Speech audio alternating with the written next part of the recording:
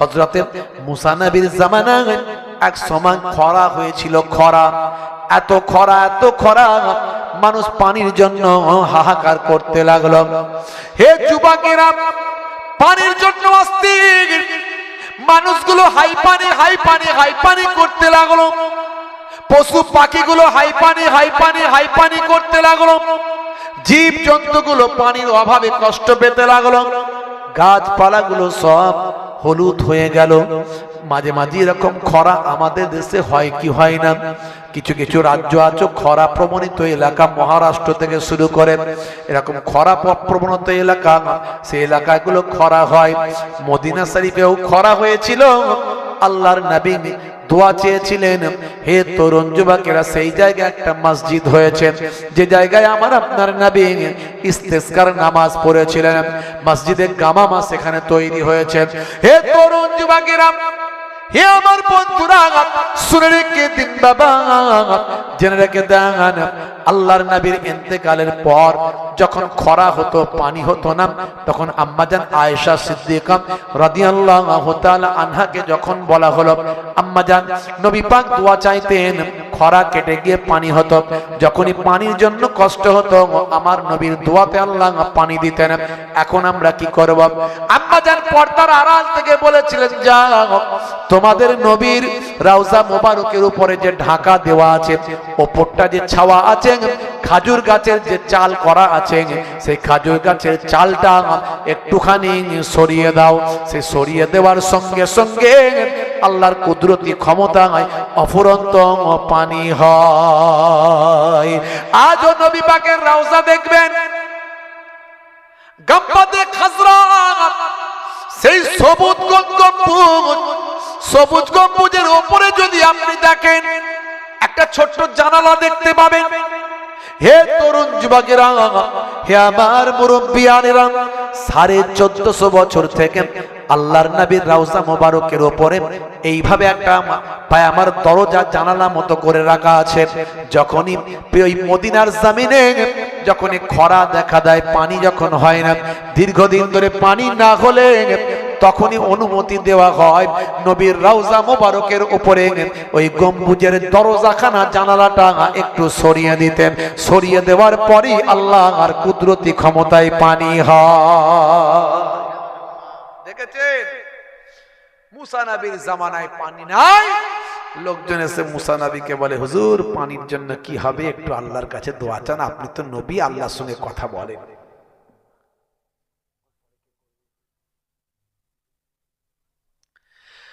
বন্ধুরা আমার, তরুণ যুবকেরা আমার, হে আমার মুরব্বিয়ানেরা, হে যুবকেরা, শুনে রেখে দিন বাবা, এমন সময় দেখতে পাওয়া যায়, ভাইরা আমার, তরুণ যুবকেরা, হযরতে মুসা কালিমুল্লাহ তার উম্মতদের নিয়ে ময়দানে চলে গেলেন। ইস্তেসকার নামাজটা আদা করলেন। ইস্তেসকার নামাজটা আদা করে সেই সময় আল্লাহর দরবারে দোয়া চাইলেন। হাজার হাজার মানুষ মুসা নবীর সঙ্গে দোয়া চাইতে শুরু করলাম। মুসা নবীর সঙ্গে নামাজটা আদা করলাম। মুসা নবী আল্লাহর সঙ্গে কথা বলেন। মুসা নবী যখন আল্লাহর কাছে দোয়া চাইছেন, আল্লাহ পানি দাও, পানি দাও, পানি দাও, যত দোয়া চাইছেন তত সূর্যের প্রখরতা, সূর্যের তেজ আরো বেড়ে যায়। মুসা নবী অপমান হয়ে যাচ্ছেন, আল্লাহ এটা কেমন কথা, আমাকে আপনি এই জামানার সবচেয়ে টপ নবী বানিয়েছেন, সবচেয়ে টপ নবী বানিয়েছেন, আমার সঙ্গে স্পেশাল কথা বলেন, আমার সঙ্গে আপনার কথা হয়, আমি দোয়া চাইছি আর আপনি পানি দেওয়া তো দূরের কথা, সূর্যের তাপ বাড়িয়ে দিচ্ছেন, সূর্যের জোর বেড়ে যাচ্ছে। আল্লাহ বললেন, হে নবী মুসা,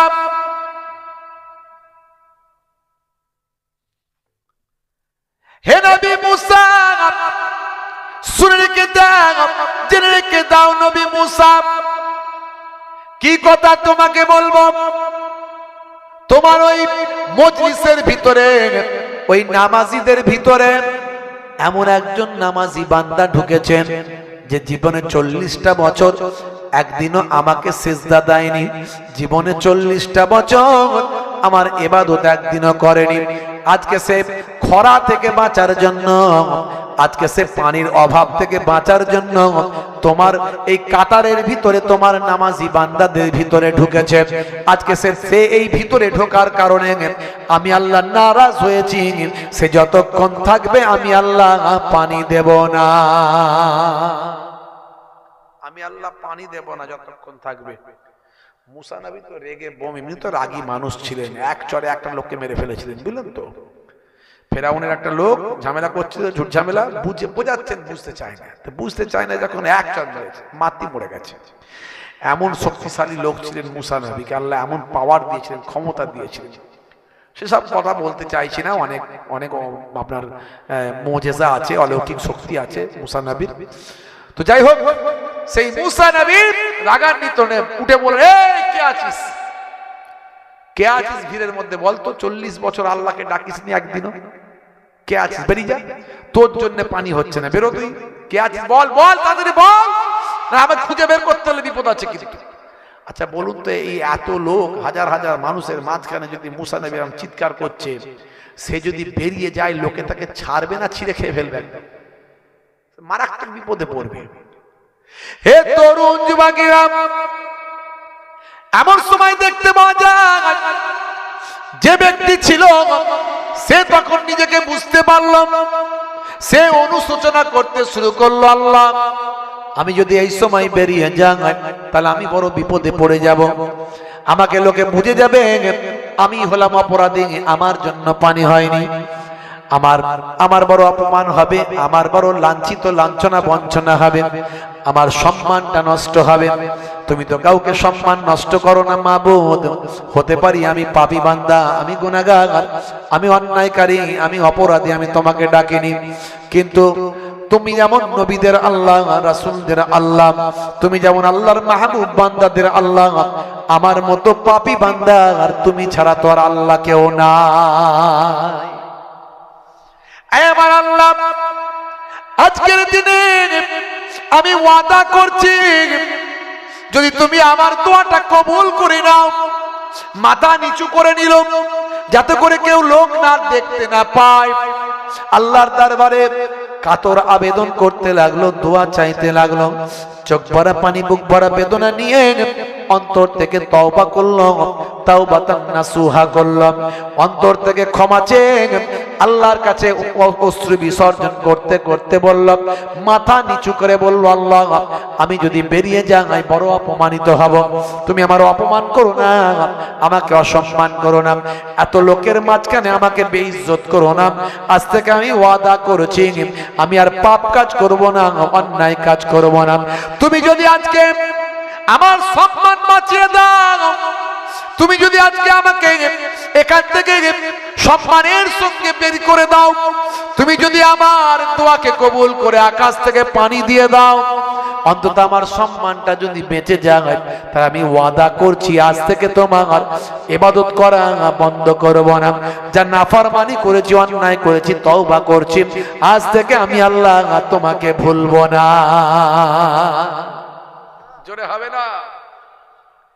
হে তরুণ যুবকেরা, মাত্র কয়েক মুহূর্ত দেরি হলো এই বান্দার দোয়া চাইতে, দোয়া চাওয়া শেষ হয়েছে, দোয়া কবুল হতে দেরি হয়নি, সঙ্গে সঙ্গে আকাশে কালো মেঘ হলো, আকাশে কালো মেঘ হয়ে সূর্যটা চাপা পড়ে গেল, এক টুকরো মেঘ কোথা থেকে দ্রুত এলো, সূর্যটাকে ঢাকা দিয়ে দিল, সেই কালো মেঘ থেকে অফুরন্ত পানি ভাই আমার সেই জায়গায় নাজিল হতে লাগলো।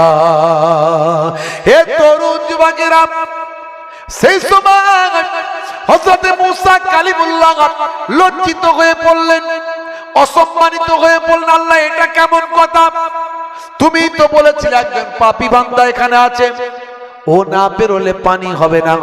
হে নবী মুসা, যতই তুমি দোয়া চাও তত আকাশের সূর্যের প্রখরতা বেড়ে যাবে, তুমি তাপ বাড়িয়ে দিয়েছিলেন, আমি তাকে বেরোতে বললাম, কিন্তু সে বেরিয়ে যাওয়ার আগেই তুমি আকাশ থেকে পানি বর্ষণ করে দিলে, ব্যাপারটা কি?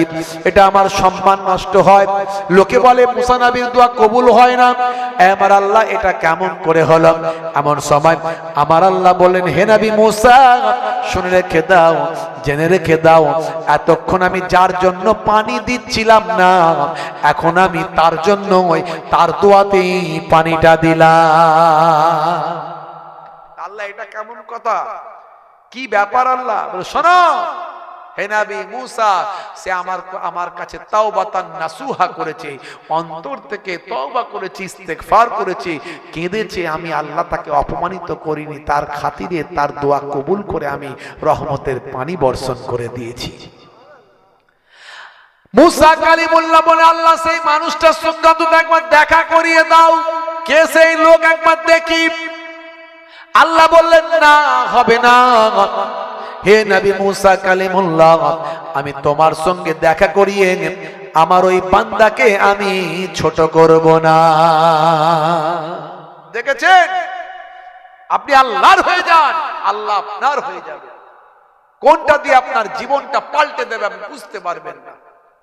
জীবনে অনেক ওয়াজ শুনেছেন, আল্লাহ আপনাকে পয়সার অভাব মজুদ করবে আমি আপনি জানি না। যার জন্য কুয়া খোলা হবে, সেই কুয়াতে সেই তো পড়বে। হে তরুণ যুবকেরা, হে আমার মুরব্বিয়ানেরা, শুনে রেখে দিন বাবা, জেনে রেখে দেন মুসলমান। হযরত নূহ নবীর জামানায় বিশাল বন্যা হয়েছিল, আপনারা জানেন। সেই বন্যার কথা আমি বলছি না, কিভাবে আমার আল্লাহ সাহায্য করলেন, কিভাবে চক্রান্তকারীদের চক্রান্ত ব্যর্থ করলেন, আমি সেটা আপনাদের মাঝখানে একটা ছোট্ট করে তুলে ধরি। বন্ধুরা আমার, এটা একটা উপমা, এটা একটা উদাহরণ। তাফসীরের কিতাবগুলো পড়লে আপনি পাবেন নূহ নবীর জামানার সেই তুফানের কথা। হে যুবকেরা, হযরত নূহ নবী আলাইহিস সালাতু ওয়াস সালাম 950 বছর হায়াত পেয়েছিলেন। অল্প কিছু মানুষ মাত্র হেদায়েত হয়েছিল, বাকিরা সাহাবার হেদায়েত হলো না। আল্লাহর দরবারে যখন বলে, আল্লাহ আমি আর পারছি না, তুমি যা করার করো। ফেরেশতা জিবরাইল আলাইহিস সালামকে আমার আল্লাহ পাঠালেন, একটা গাছের ডাল দিয়ে পাঠালেন, যাও যাও এই গাছের ডালটা বসালে, এই ডালটা একটা বিশাল ওক গাছে পরিণত হবে। সেই গাছটা থেকে বিশাল একটা নৌকা তৈরি করো। এই নৌকাটা হবে 1200 হাত, আর চওড়ায় হবে 600 হাত, আর উচ্চতায় হবে 30 হাত। 3 তলা নৌকা। আমি বিশাল বন্যা দেব, তুমি সকলকে তোমার জোড়ায় জোড়ায় যারা তোমার উম্মতি আছে, যারা পশু পাখি জীবজন্তু যাকে তুমি পাবে, সকলকে জোড়ায় জোড়ায় নৌকায় তুলবে। যারা নৌকায় উঠবে তারাই বাঁচবে, বাকিরা সব মারা যাবে। 1200 হাত লম্বা, মানে বুঝতে পারছেন কত বড়। এই আমাদের মতো হাত ছিল না নূহ নবীর, তখনকার মানুষ ছিলেন অনেক লম্বা চওড়া।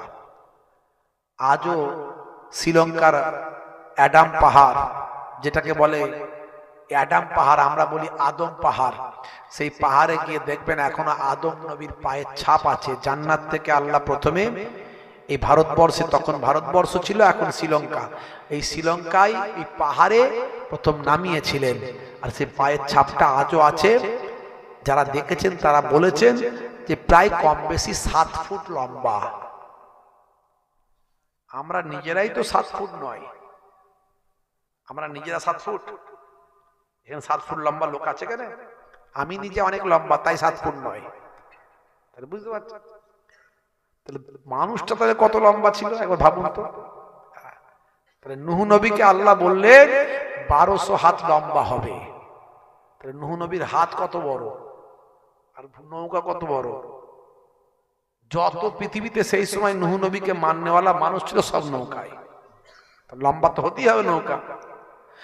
হে তরুণ যুবকেরা, হে আমার বন্ধুরা, শুনে রেখে দিন বাবা, জেনে রেখে দেন। হে মুসলমান, একটু লক্ষ্য করুন। এমন সময় দেখতে পাওয়া যায় ওই গাছটা জঙ্গলে বিশাল আকার ধারণ করলো। এত বিশাল গাছ হলো যে গাছ থেকেই তো নৌকাটা তৈরি হবে। এমন সময় দেখতে পাওয়া যায় গাছটা কাটা হলো, কিন্তু আনার ক্ষমতা কারো আর নাই, মানুষ আনতে পারে না, ভাই আমার ঘোড়া গাধা আর কি বলে ওই হাতি আনতে পারে না। হে তরুণ যুবকেরা, সেই জামানার একজন মানুষকে পাওয়া গেল। সেই মানুষ হলো বিশাল শক্তিশালী, তার নাম হলো আউস বিন আনাক। সেই মানুষটা আবার অলৌকিক ব্যাপার, আল্লাহর কুদরতি ব্যাপার। সেই মানুষটা হায়াত পেয়েছিলেন ৩,৫০০ বছর। ৩,৫০০ বছর হায়াত পেয়েছিলেন এই আউস বিন আনাক। তাকে আল্লাহ এত শক্তি দিয়েছিলেন, তিনি যখন এত লম্বা এত তাগড়া, সমুদ্রে নামলে তার পানি হতো কোমর পর্যন্ত, বুক পর্যন্ত। হাতে করে মাছ ধরতেন, ডাঙায় উঠে সূর্যের তাপে ভেজে নিয়ে খেয়ে ফেলতেন। আর যখন পানির পিপাসা লাগতো, ওই মেঘেতে লাঠি দিয়ে গোঁজা মেরে পানি খেয়ে জান ঠান্ডা করে ফেলতেন। কি রকম লম্বা তাগড়া শক্তিশালী মানুষ ছিল একটু ভাবুন। সেই মানুষটিকে নূহ নবী ডাক দিয়ে বললেন ওই বিশাল বড় গাছটা আনতে হবে। লোকটা সাদাসিধে ছিল, বলল খাওয়ালি এনে দেবো, মানে একটু খাওয়ার পাগল আর কি, মানে ভালো মন্দ খেতে চায়। আর মাছ বা কতই বা খাবে সমুদ্রে নেমে, একটু ভালো মন্দ খাবার যদি তবে দেয় ভালোই হয়। তো বলে খাইয়ে দাইয়ে তাকে অনেক কাজ করানো যাবে। তাই বললে হে নবী নূহ, আমি আনতে পারি, আমাকে পেট ভরা খাবার দিতে হবে। বলে অসুবিধা নাই, যাও পেট ভরা খাবার দেবো। বললো ঠিক আছে, পেট ভরা খাবার যদি না পাই তাহলে আমি যে নিয়ে আসবো গাছটা, আবার কিন্তু সেই গাছটা জঙ্গলে রেখে দিয়ে চলে আসবো। বলে তুই আয় না বাবা, নিয়ে আয় না, কোনো অসুবিধা নেই, পেট ভরে খাবার দেবো। এক চান্সে নিয়ে চলে এলো, একাই গেল, কাঁধে করে তুলে দিয়ে এসে হাজির করে দিল ডাঙাতে, সমভূমিতে নিয়ে এসে হাজির, কাউকে লাগলো না। ও নবী নূহ, বড় ভোগ লেগেছে, খেতে দাও, পেট ভরা খাবার দাও। নূহ নবী 3টে রুটি দিলেন। 3টে রুটি দেখে কপাল ছিটকে বলছে এই 3টে রুটি, এই রুটি হলো, এ তো আমার পেটের এক কোণাতে চলে যাবে, তাও থাকবে না। তাড়াতাড়ি খাবারের ব্যবস্থা করো, নাহলে যেমন বলেছি তেমন করব, তুলে নিয়ে গিয়ে আবার জঙ্গলে রেখে দিয়ে চলে আসবো। বুঝতে পারছেন? তা এমন সময় নূহ নবী বললে বিসমিল্লাহ বলে খাওয়া শুরু কর না বাবা, বিসমিল্লাহ বলে খাওয়াটা শুরু কর। কেতাবের মধ্যে এসেছে, এই ঘটনার তাফসীরটা কিছুটা আপনি পাবেন রাইসুল মুফাসসিরিন আব্দুল্লাহ ইবনে আব্বাস রাদিয়াল্লাহু তাআলা আনহুর, তিনি তার যে তাফসীরের কিতাব, তাফসীরের কিতাবের মধ্যেও পাবেন, অন্যান্য তাফসীরের কিতাবেও কিছু কিছু পাওয়া যাবে। বুঝতে পারছেন ভাইরা আমার? এমন সময় দেখতে পাওয়া যায় হযরত নূহ আলাইহিস সালাম বললেন বিসমিল্লাহ বলে খাওয়া শুরু কর বাবা। তো বলে বিসমিল্লাহ বলে খাওয়া শুরু করছি, তাড়াতাড়ি খাবার রেডি করো, নাহলে পেট কিন্তু আমার ভরবে না, এতে আমি কিন্তু আবার তুলে নিয়ে গিয়ে ওখানে রেখে দিয়ে চলে আসবো। শুরু কর না বাবা বিসমিল্লাহ বলে। বিসমিল্লাহ বলে খাওয়া শুরু করলো। 1.5 খানা রুটি খাওয়ার পরে বলছে হে নবী নূহ, তুমি কি রুটি দিলে যে আমি আর খেতে পাচ্ছি না। তখন নূহ নবী বললেন বাবা, এটা আল্লাহর নাম নিয়ে বিসমিল্লাহর বরকতে হয়েছে, জোরে বলেন সুবহানাল্লাহ। নূহ নবী নৌকা তৈরি করে ফেললেন, কিছু ভায়া মাতার মিস্ত্রি নিয়ে, তার লোকজন নিয়ে, বেশ অনেক দিন ধরে কেটে কুটে কষ্ট করে বিশাল বড় নৌকা তৈরি হয়ে গেল। আল্লাহ বলেছেন বন্যা দেবেন, কিন্তু বন্যা হচ্ছে না, বন্যা হচ্ছে না। গ্রীষ্মকাল, গরমের সময়, রোদ, সূর্য তাপ, আর বিশাল বড় নৌকা। এখন লোকে তো নূহ নবীকে পাগল ভাবছে, নূহ নবীর মাথারা মনে হয় গেছে, বলুন না নাউজুবিল্লাহ। তারা নূহ নবীকে কত কুটুক্তি করছে, বাজে কথা বলছে, বাজে মন্তব্য করছে। নূহ নবী বলছে বাবা অপেক্ষা করো, বেলা হোক বুঝবে ঠেলা, বেলা হোক বুঝবে ঠেলা। দেখতে দেখতে অনেক দিন কেটে গেল, পানি আর হয় না, নৌকা আর ডুবে না, মানে বন্যার হয় না। এবার ওই জালেমরা কি করলো, এত বড় জালেম, তারা নূহ নবীর নৌকায় গিয়ে পায়খানা করা শুরু করলো। নূহ নবীর নৌকায় গিয়ে লুকিয়ে লুকিয়ে পায়খানা করা শুরু করলো। এই লুকিয়ে লুকিয়ে পায়খানা করতে করতে একটা সময় প্রকাশ্য পায়খানা শুরু করলো। দিন রাত সারা দেশের লোক যার যখন পায়খানা পায় নূহ নবীর নৌকায় গিয়ে করে দিয়ে আসে। নূহ নবী এসে দেখে সর্বদা নৌকা পায়খানাতে ভর্তি হয়ে যাচ্ছে। আল্লাহ এ কি হলো, তুই বন্যা দেয় বললে বন্যাও দেয় না, আর এইসব আমার এই জালেম লোকেরা সব আমার নৌকাতে কষ্ট করে করেছি তাতে পায়খানা বেড়ে ভর্তি করে দিল, কি কেমন কেমন তোমার ব্যাপারে আল্লাহ বলো তো। হে তরুণ যুবকেরা, হে আমার বন্ধুরা, শুনে রেখে দিন বাবা, জেনে রেখে দেন, আল্লাহ বলছেন হে নবী নূহ অপেক্ষা করো, ওয়েট এন্ড সি, দেখতে থাকো কি হয়। দুনিয়ার মানুষ, দুনিয়ার চক্রান্তকারীরা চক্রান্ত করে, দুনিয়ার কৌশলকারীরা কৌশল করে, আর আমি আল্লাহ আমার কৌশল সকলের উপরে চলে। বন্ধুরা আমার, তরুণ যুবকেরা আমার, বেশ কিছুদিন চলে গেল, মানুষজন পায়খানা ফিরতে শুরু করলো, নৌকা ভর্তি হয়ে গেল। সারা দেশের লোক দিনের বেলা রাতের বেলা এসে পায়খানা করে দিয়ে যায়। নূহ নবীর মনে বড় ব্যথা। হে তরুণ যুবকেরা, একদিনকার ঘটনা, একজন কানা মানুষ, অন্ধ মানুষ পায়খানা করতে এসেছেন। তারও শখ হয়েছে, কানা হলে কি হবে, আমি একটু গিয়ে পায়খানা করে আসি। শুনেছি নূহ নবীর নাকি বিরাট বড় নৌকা, সবাই নাকি শুধু পায়খানা করতে যায়, তা আমি একটু পায়খানাটা সেখানে করে আসি। খচ্চর লোক, খচ্চরের উপর খচ্চর আছে না নাই? এরম লোক কিছু আছে না নাই? বলে না কানা খোরা এক গুণ বাড়া, ভালো হলে খুব ভালো, আল্লাহ তাদের গোনা মাফ করে দেয়। কানা খোরা হওয়ার জন্য তাদের গোনা দেয় না, তারা অনেক উচ্চ মর্যাদা পায়। কিন্তু কিছু কিছু তো খচ্চর আছে, দেখবেন আবার। হে তরুণ যুবকেরা, এমন সময় কানা মানুষ নৌকাতে পায়খানা করতে গিয়ে পা ফসকে গপাং করে পায়খানায় পড়ে যায়। পায়খানায় পড়ে গিয়ে সাঁতার কাটতে থাকে, হাবুডুবু খায়। পায়খানা টায়খানা সব খেটে গোটা গায়ে মেখে টেকে কোন রকমে যখন সাঁতার কেটে উঠলো ওপরে, উঠি দেখে তার চোখটা ভালো হয়ে গেছে। সে তো চিৎকার শুরু করেছে, আমি নূহ নবীর নৌকার পায়খানায় ডুব দিয়ে চোখ ভালো হয়ে গেছে। চারিদিকে ছড়িয়ে গেল, লোকে অবাক হয়ে গেল। মস্তানরা মিটিং করলো, বলে কি রে, যত দেখি আর দুটো কানাকে ধরতো দেখি, যে ফেলে দেখি কি হচ্ছে। আরো দু চারটে কানাকে নিয়ে গিয়ে বলে, এই ডুবুক মার, ধরে ছুড়ে দিয়ে বলে সাঁতার কেটে উঠে আয়। ওরা যখন ডুবুক মেরে পায়খানা টায়খানা খেয়ে গায়ে টায়ে লাগিয়ে যখন সাঁতার কেটে উঠল, ওরাও দেখে ওদেরও চোখটা ভালো হয়ে গেছে। সর্বনাশ ব্যাপার কি, যে নূহ নবীর নৌকায় গিয়ে ওই পায়খানাতে সাঁতার কাটে ডুব দেয়, তার শরীর ভালো হয়। যত কানা ছিল, খোড়া ছিল, অন্ধ ছিল, বড় বড় লুলা ছিল, সব গিয়ে সেখানে গিয়ে এবার পায়খানা মাখামাখি করে। এবার শুধু মাখামাখি করে না, এবার আর পায়খানা ফিরতে যায় না, মাখতে যায়। এবার মেখে নিয়ে আরো দু এক বালতি তুলে নিয়ে বাড়িতে যায়, বাড়িতেও গিয়ে মাখবে বাবা। হে তরুণ যুবকেরা, এইভাবে দেখতে পাওয়া যায় সারা দেশের যত মানুষের রোগ অসুখ বিসুখ আছে, সবাই এসে নূহ নবীর ওই নৌকাতে গিয়ে পায়খানা মাখামাখি করে। পায়খানা মাখছে আর পায়খানা তুলে নিয়ে যাচ্ছে। এইভাবে নূহ নবীর নৌকা আর পায়খানা শুকিয়ে গেল, ফাঁকা হয়ে গেল। নূহ নবী এসে দেখেন পুরো পরিষ্কার হয়ে গেছে। মনে হচ্ছে আল্লাহ বলছেন, দাঁড়াও হে নবী নূহ, আরো অপেক্ষা করো, এখনো কাজ বাকি আছে। শুনে রেখে দাও, জেনে রেখে দাও, হে নবী নূহ, আমার কৌশল দেখো। তোমাকে বলেছিলাম ধৈর্য ধারণ করতে, অপেক্ষা করতে। হে তরুণ যুবকেরা, এখনো কিছু মানুষ আসতে বাকি আছে, এখনো কিছু অসুস্থ মানুষ আছে, তারাও তো চায় যে নূহ নবীর নৌকার পায়খানায় ডুব দিতে, কিন্তু পায়খানা তো সব শেষ, কি করা যাবে? তারা ভালো ভালো পানি নিয়ে এলো, পানি নিয়ে আবার নৌকাতে ভালো করে পানি দিয়ে ধুলো, ধুয়ে যে পানিটা হলো সেটাই তারা মাখামাখি করলো। আবার মাখামাখি করে সেই পানিটা আবার বালতি করে তুলে ঘরে নিয়ে গেল, আবার সেটা সেখানে মাখবে বলেন। এইভাবে আল্লাহ তাআলা তাদেরকে দিয়ে পরিষ্কার পানি দিয়েও নূহ নবীর নৌকাটা পরিষ্কার করালেন।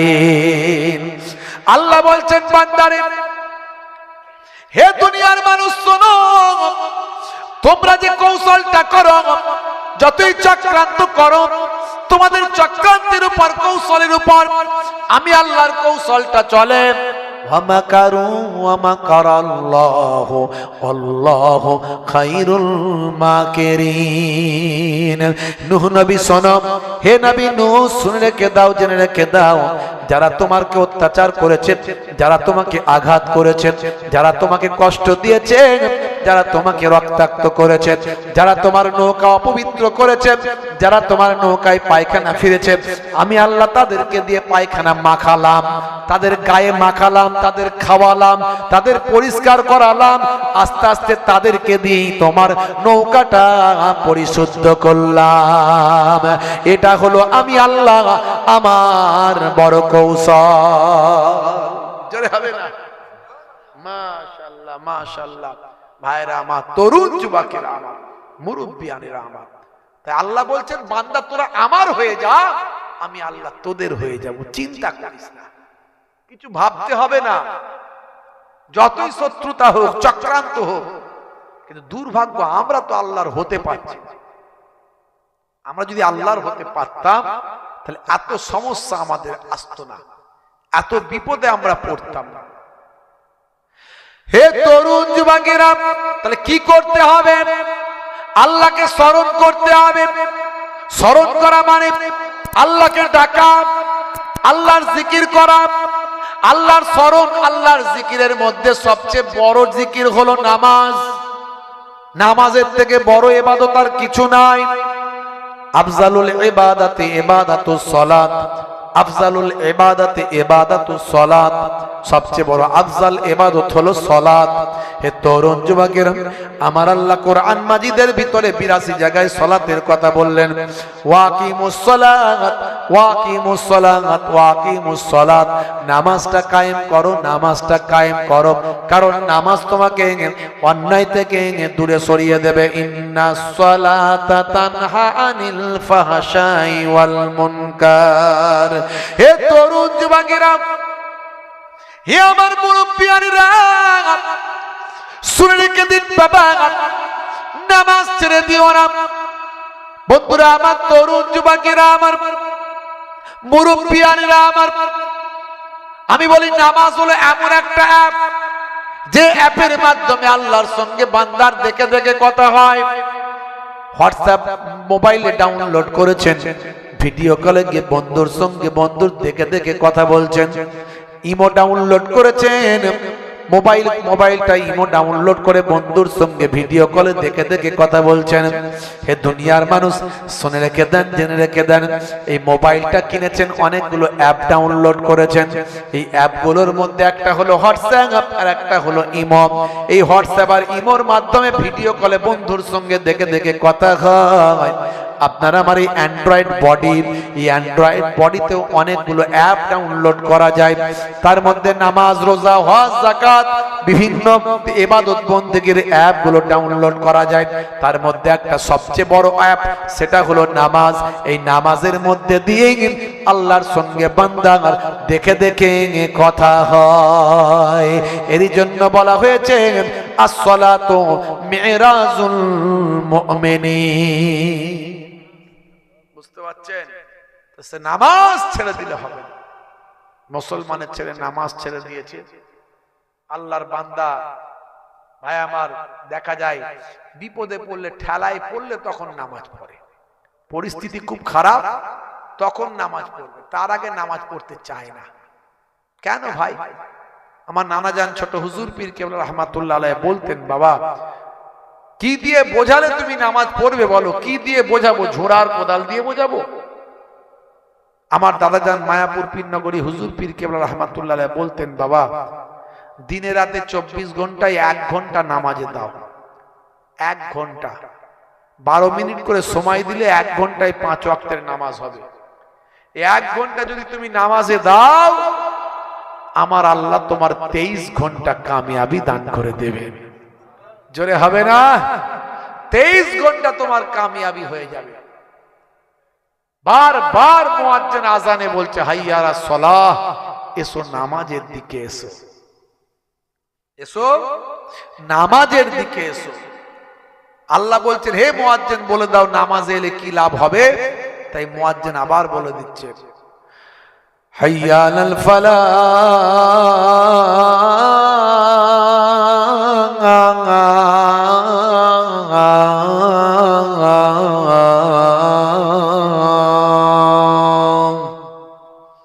নামাজে এলে আমি আল্লাহ তোমাকে কামিয়াবি দান করে দেব। যদি ব্যবসায় কামিয়াবি পেতে চাও, নামাজে এসে সিজদায় দাঁড়াও। যদি ভাই আমার চাকরিতে কামিয়াবি পেতে চাও, নামাজে গিয়ে সিজদায় দাঁড়াও। যদি চাষবাসে কামিয়াবি পেতে চাও, নামাজে গিয়ে সিজদায় দাঁড়াও। যদি বিপদ মুক্ত হতে চাও, তাহলে নামাজে গিয়ে সিজদায় দাঁড়াও। নামাজ ছেড়ে দিয়ে জান্নাতে যেতে পারবে না। নামাজ ছেড়ে দিয়ে জান্নাতে যেতে পারবে না। এখনো সময় আছে। হে তরুণ যুবকেরা, তওবা করে আল্লাহর দরবারে ফিরে এলেন। আমার আল্লাহ আপনাকে আমাকে কবুল ও মঞ্জুর করে নেবেন। কোরআন মাজিদে আমার আল্লাহ বলেছেন, ইয়া আইয়ুহাল্লাযীনা আমানু তুবু ইলাল্লাহি তাওবাতান নাসুহা। হে বিশ্বাসী বান্দারা, শুনে রেখে দাও, হে বিশ্বাসী বান্দারা, তোমরা তওবা করো, অন্তর থেকে তাওবাতান নাসুহা করো, অন্তর থেকে তওবা করো। আমি আল্লাহর দরবারে ফিরে এসো। আমি আল্লাহ তোমাদের জীবনের জিন্দেগির গুনাহগুলো মাফ করে দেব। লা তাকনাতু মির রাহমাতিল্লাহ। আমার রহমত থেকে তোরা নিরাশ হয়ে যাস না। আমার দরবারে তওবা করে ফিরে আয়। আমি আল্লাহ তোদের তওবাকে কবুল ও মঞ্জুর করে নেব। হে তরুণ যুবকেরা, তাফসীরের মধ্যে পাওয়া যায়, কিতাবের মধ্যে পাওয়া যায় মৃত্যু হওয়া। আপনারা দেখেছেন এই সৌদি আরবে মক্কা শরীফ থেকে মদিনা শরীফ যাচ্ছিল বাসটি। ইন্টারনেটে নিউজ হয়েছে, আপনারা দেখেছেন। হে যুবকেরা, হে আমার মুরব্বিয়ানিরা, শুনে রেখে দিন বাবা, জেনে রেখে দিন বাবা, কখনকার মওত আছে কেউ কিন্তু বলতে পারে না। আমার আল্লাহ কোরআন মাজিদের ভিতরে তাই বললেন, কুল্লু নাফসিন যায়িকাতুল মউত, প্রত্যেক প্রাণী মাত্রই মারা যাবে, মৃত্যুর হাত থেকে কেউ বাঁচতে পারবে না। শুধু তাই নয়, মৃত্যুর ভয়ে যেখানেই যাও না কেন বান্দা, সুদীর গম্বুজ মজবুত কেল্লার ভিতর, লোহার সিন্ধুকের ভিতর, ভেলোর যাও, চেন্নাই যাও, ম্যাড্রাস যাও, ব্যাঙ্গালোর যাও, লক্ষ লক্ষ টাকা খরচ করে মৃত্যু থেকে বাঁচার চেষ্টা করো না কেন। হে তরুণ যুবকেরা, আমার আল্লাহ কোরআন মাজিদের ভিতরে বললেন, হে দুনিয়ার মানুষ শোনো, আইনামা তাকুনু ইউদরিকুমুল মাউত ওয়ালাউ কুনতুম ফি বুরুজিম মুশাইয়্যিদা। বান্দা যেখানে আত্মগোপন করো, যেখানেই তুমি লুকিয়ে পড়ো না কেন, যেখানেই তুমি গিয়ে বাঁচার চেষ্টা করো না কেন, সুদীর গম্বুজ মজবুত কেল্লা যেখানেই যাও, লোহার সিন্ধুকের ভিতরে যাও, আমি আল্লাহ বলি মৃত্যুর হাত থেকে তোমরা রেহাই পাবে না। হে তরুণ যুবকেরা, শুধু তাই না, আমার আল্লাহ কোরআন মাজিদে অন্য জায়গায় বললেন, ইজা জাআ আজালুহুম লা ইস্তাখিরুনা সাআতাও ওয়া লা ইস্তাকদিমুন। মৃত্যুর যে সময় নির্ধারণ হয়েছে, মৃত্যুর সেই সময়টা এসে উপস্থিত যখন হবে, ইজা জা, যখন আসবে, হে তরুণ যুবকেরা, মৃত্যুর সময়, সেই সময়ের একটু এদিক ওদিক করা হবে না, কোনো পরিবর্তন হবে না। মৃত্যুর সময়ের কোনো পরিবর্তন হবে না।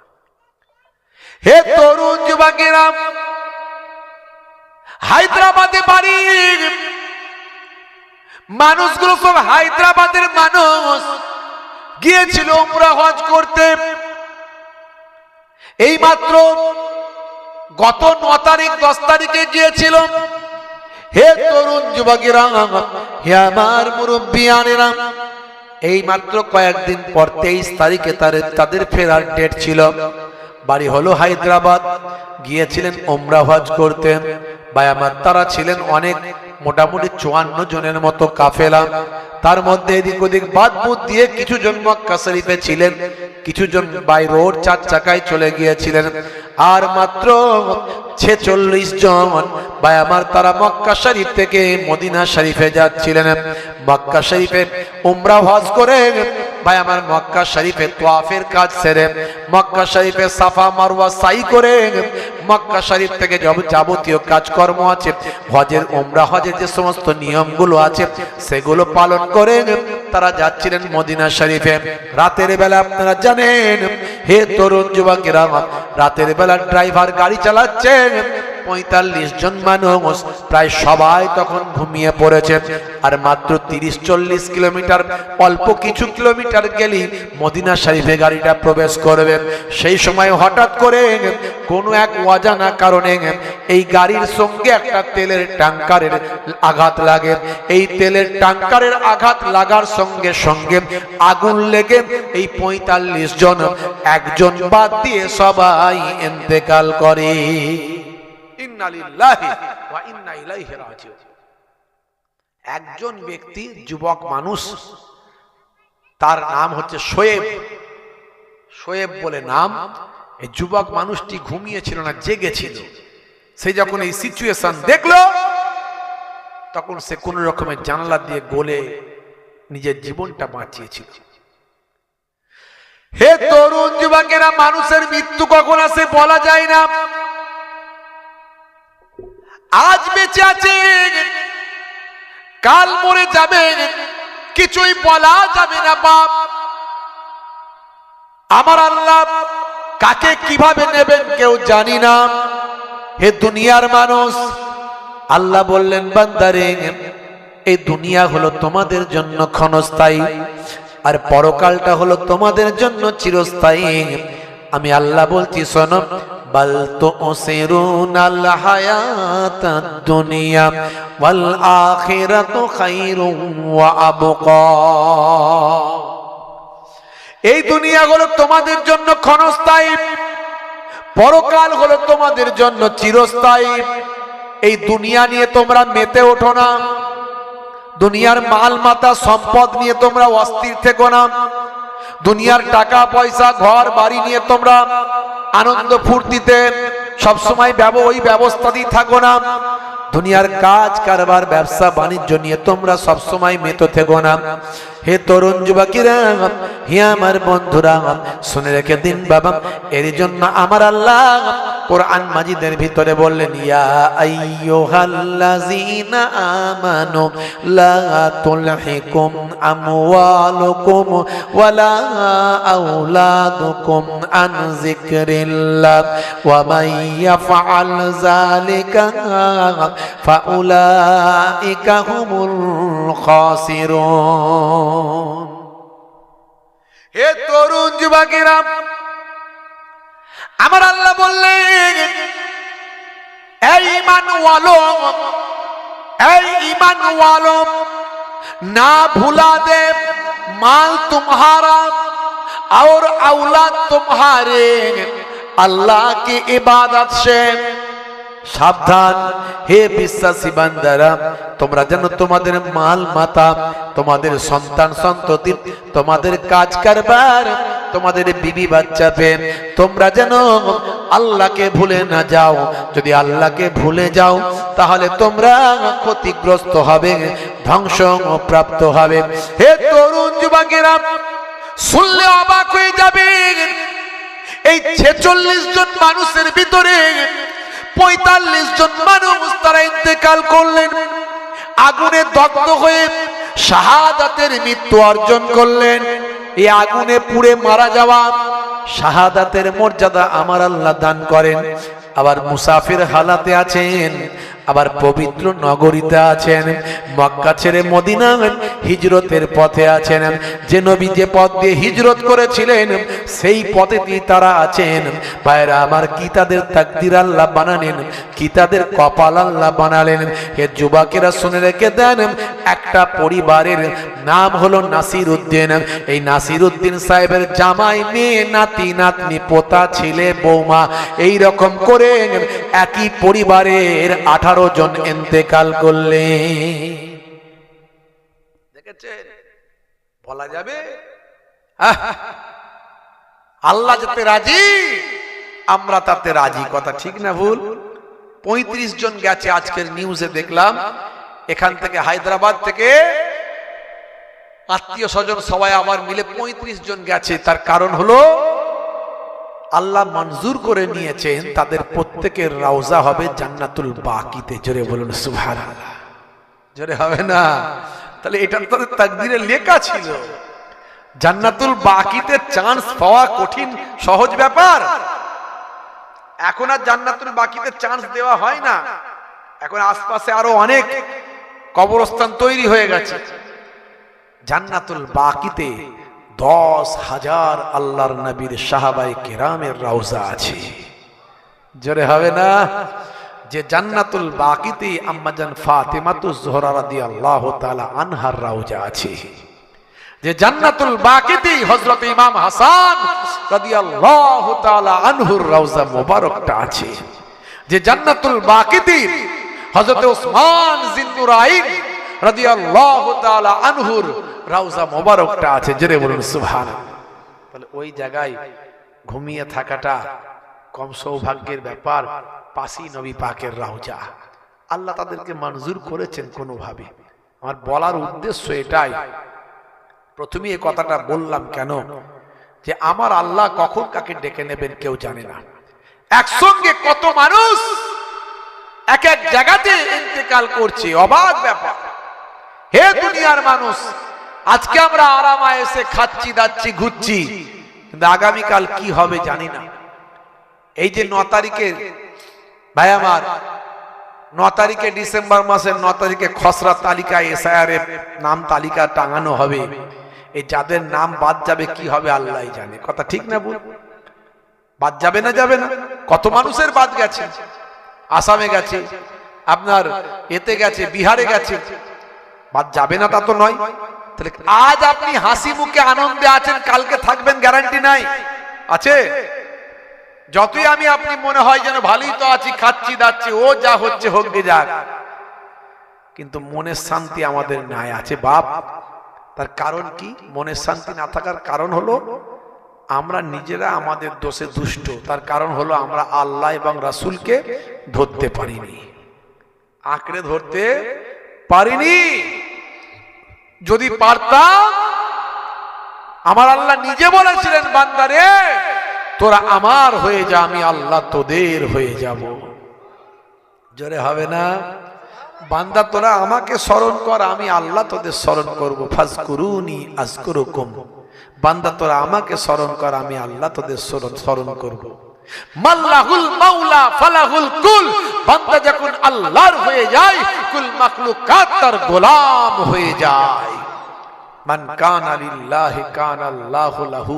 যে বান্দা আল্লাহর হয়ে যায়, স্বয়ং আল্লাহ তাআলা তার হয়ে যায়।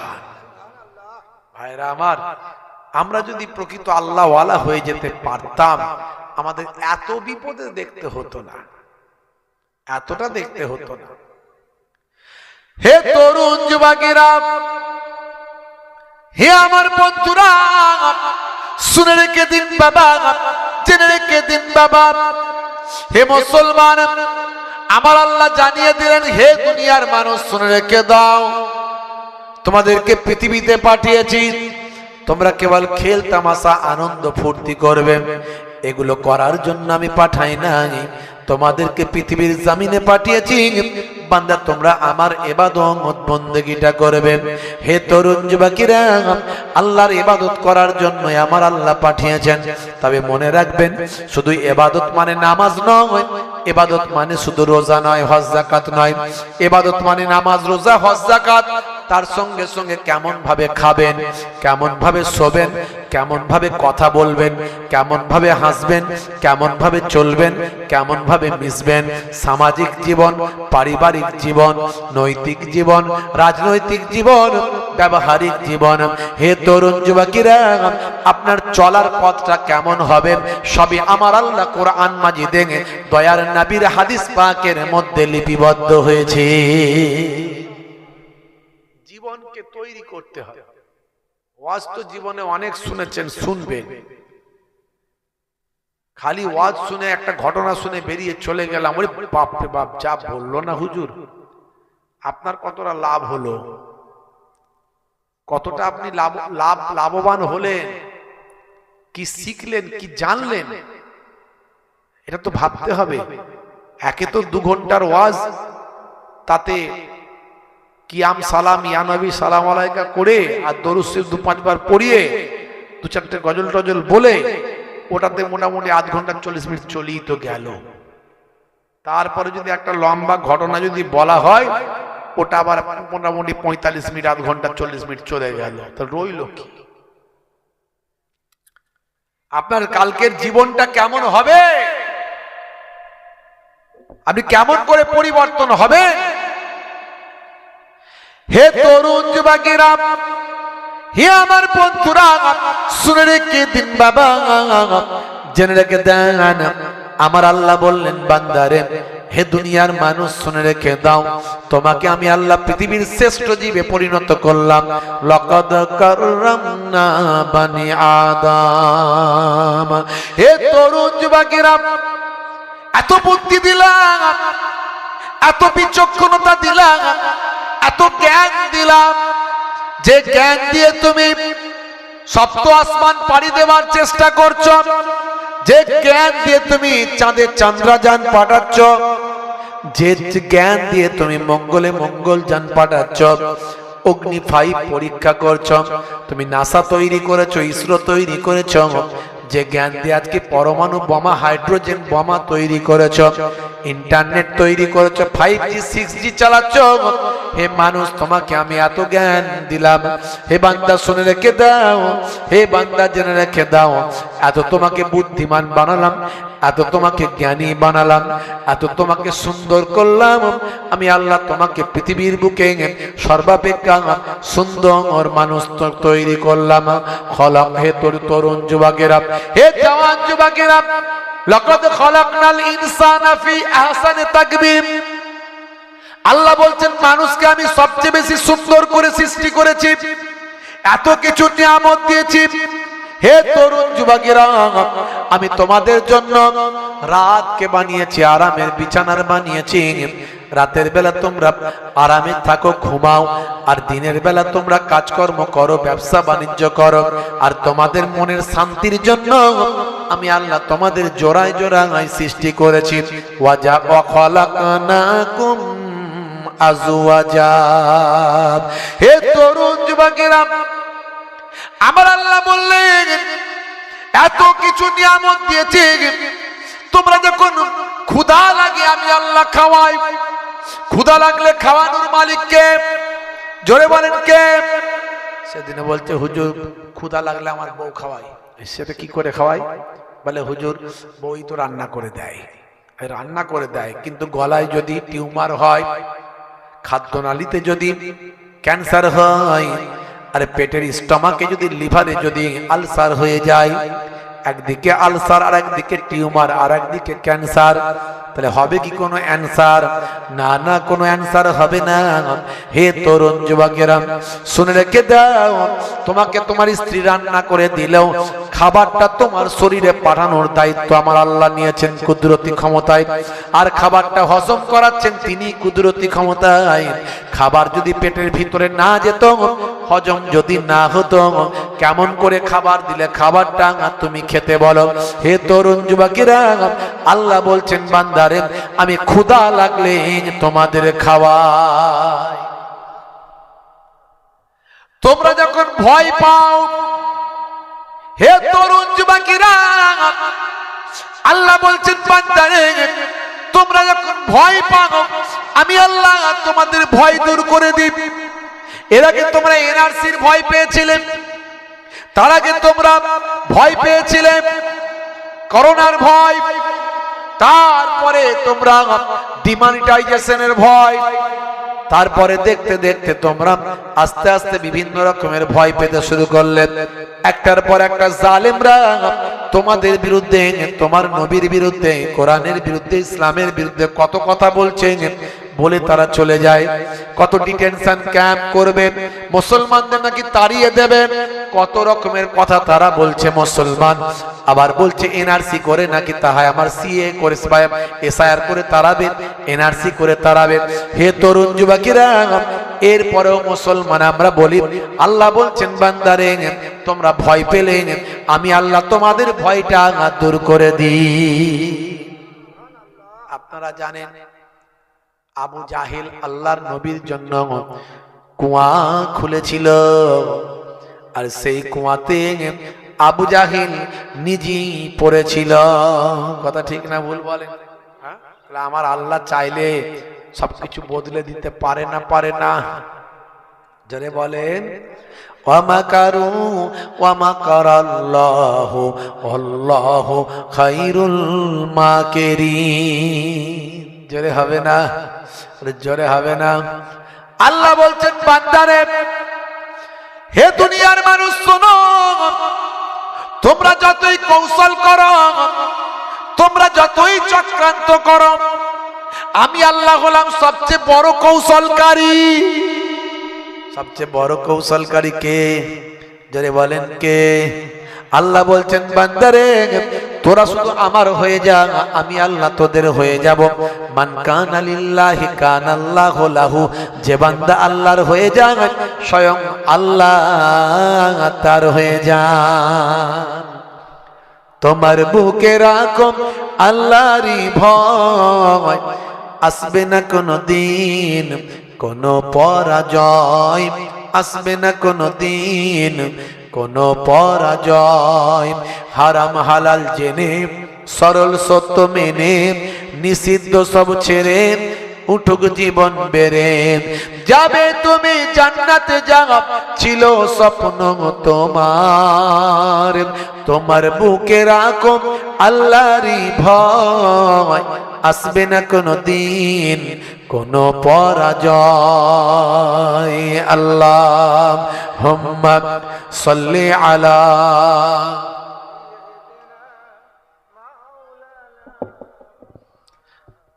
ওয়া আলা আলিহি। যারা যেখানে আছেন, যেভাবে আছেন, একটু দাঁড়িয়ে আছেন, বসে যান না বাপ, ফের প্রয়োজনে উঠবেন, অসুবিধা নাই, একটু বসে যান। যে যেভাবে আছেন অসুবিধা নাই, যে উজু করেই বসতে হবে সেরকম কিছু ব্যাপার নাই।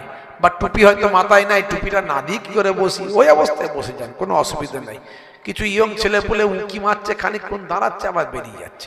ভাই একটু মজলিসটা ফাঁকাটাকে একটু সুন্দর করে ফেললে দেখতে ভালো লাগবে, আবার প্রয়োজনে পরে উঠবে, তখন দেরি না করে যে যেখানে আছেন সব এসে একটু মজলিসটাকে ভর্তি করে ফেলেন। দরুদ শরীফ আল্লাহুম্মা সাল্লি আলা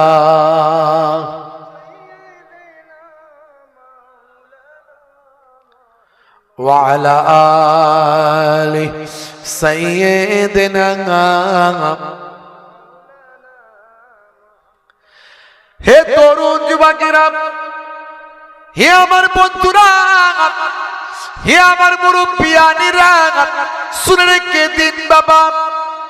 আপনারা জানেন, হে মুসলমান একটু লক্ষ্য করুন, কিছুদিন আগে নেতারা বলতো যে মুসলমানদের তাড়াবো, 1.5 কোটি মুসলমানকে, 1.5 কোটি মুসলমান নাকি রোহিঙ্গা। বিভিন্ন ভাবে এই বাঙালি ভারতীয় মুসলমান যাদের পূর্বপুরুষরা এই দেশের জন্য লড়াই করেছে, যাদের পূর্বপুরুষের নাম হলো মাওলানা আবুল কালাম আজাদ, যাদের আমাদের পূর্বপুরুষের নাম হলো ভাই আমার খান আব্দুল গাফফার খান, আমাদের পূর্বপুরুষের নাম হলো আশফাকুল্লাহ, আমাদের এই বারাসাতের মানুষ পূর্বপুরুষ, আমাদের এখানকার ছেলেদের বাপ নাম হলো মীর নিসার আলী তিতুমির, যারা এই দেশের জন্য জীবনটা উৎসর্গ করল।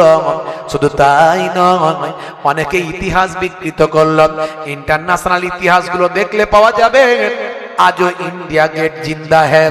ইন্ডিয়া গেট দিল্লিতে আছে, সেখানে গেলেও আপনি দেখবেন খোদাই করে নামগুলো ভারতের এই স্বাধীনতা সংগ্রামে যারা বীর যোদ্ধা নিজেদের জীবন উৎসর্গ করেছে, এই বীর বিপ্লবীদের নামগুলো সেখানে লিপিবদ্ধ আছে।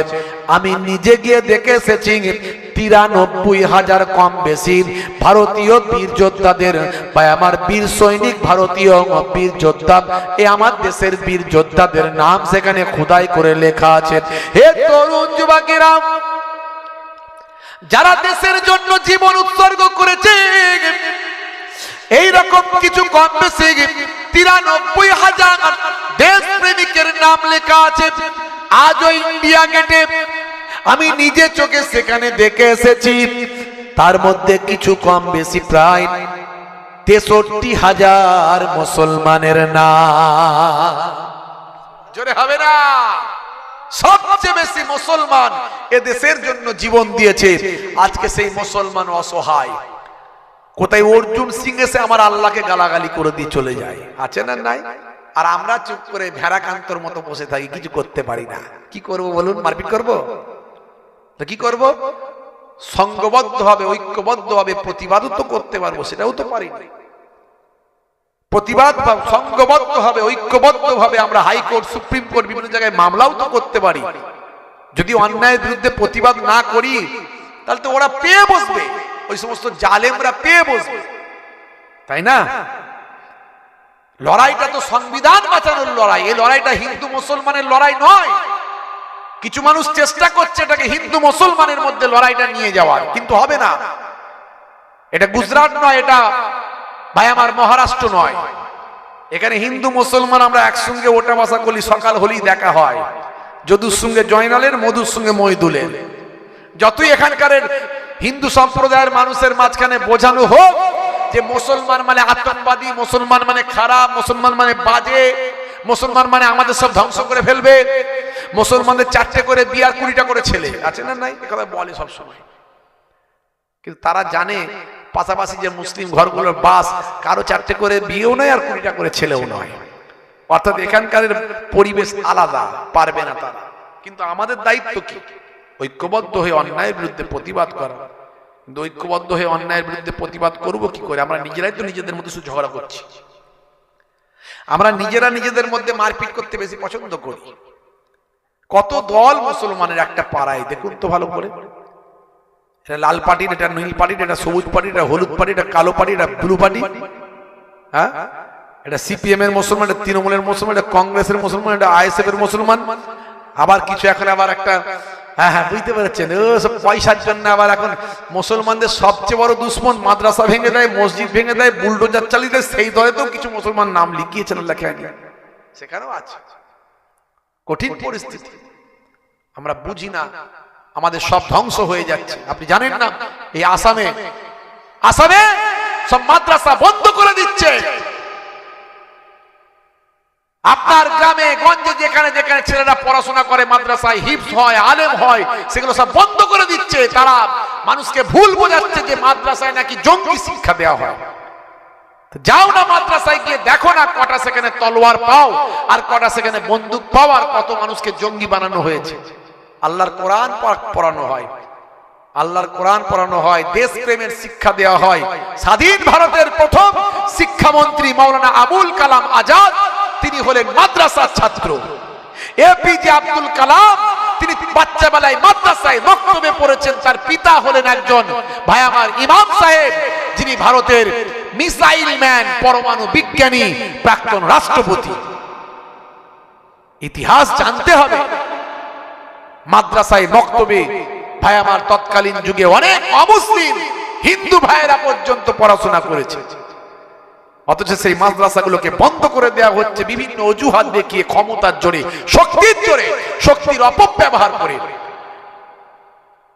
একজন মৌলানা সাহেব তার বাড়িতে কিছু বাচ্চাদেরকে আল্লাহর কোরআন শেখাচ্ছিল, সেখান থেকে তাকে অ্যারেস্ট করে নিয়ে তুলে নিয়ে যাওয়া হয়েছে গত 2 দিন আগে। আপনারা দেখেছেন কি অবস্থা চলছে সারা দেশে। ধর্মীয় স্বাধীনতা আজকে নাই। সংবিধান প্রদত্ত যে স্বাধীনতা আমাদের দেওয়া হয়েছে, আমাদের যে আর্টিকেল দেওয়া হয়েছে, ডক্টর বি.আর. আম্বেদকর, সংখ্যালঘুরা নিজেদের ইচ্ছা মতো ধর্মাচরণ করবে, সেখানে আমাদের ইচ্ছা মতো ধর্মাচরণে বাধা দেওয়া হচ্ছে বিভিন্ন অজুহাত দেখিয়ে। মাদ্রাসা বন্ধ করে দেওয়া হচ্ছে, কোরআন বন্ধ করে দেওয়া হচ্ছে। এরপর আমাদেরকে টুপি পড়তে দেবে না, দাড়ি রাখতে দেবে না, পাঞ্জাবি পড়তে দেবে না।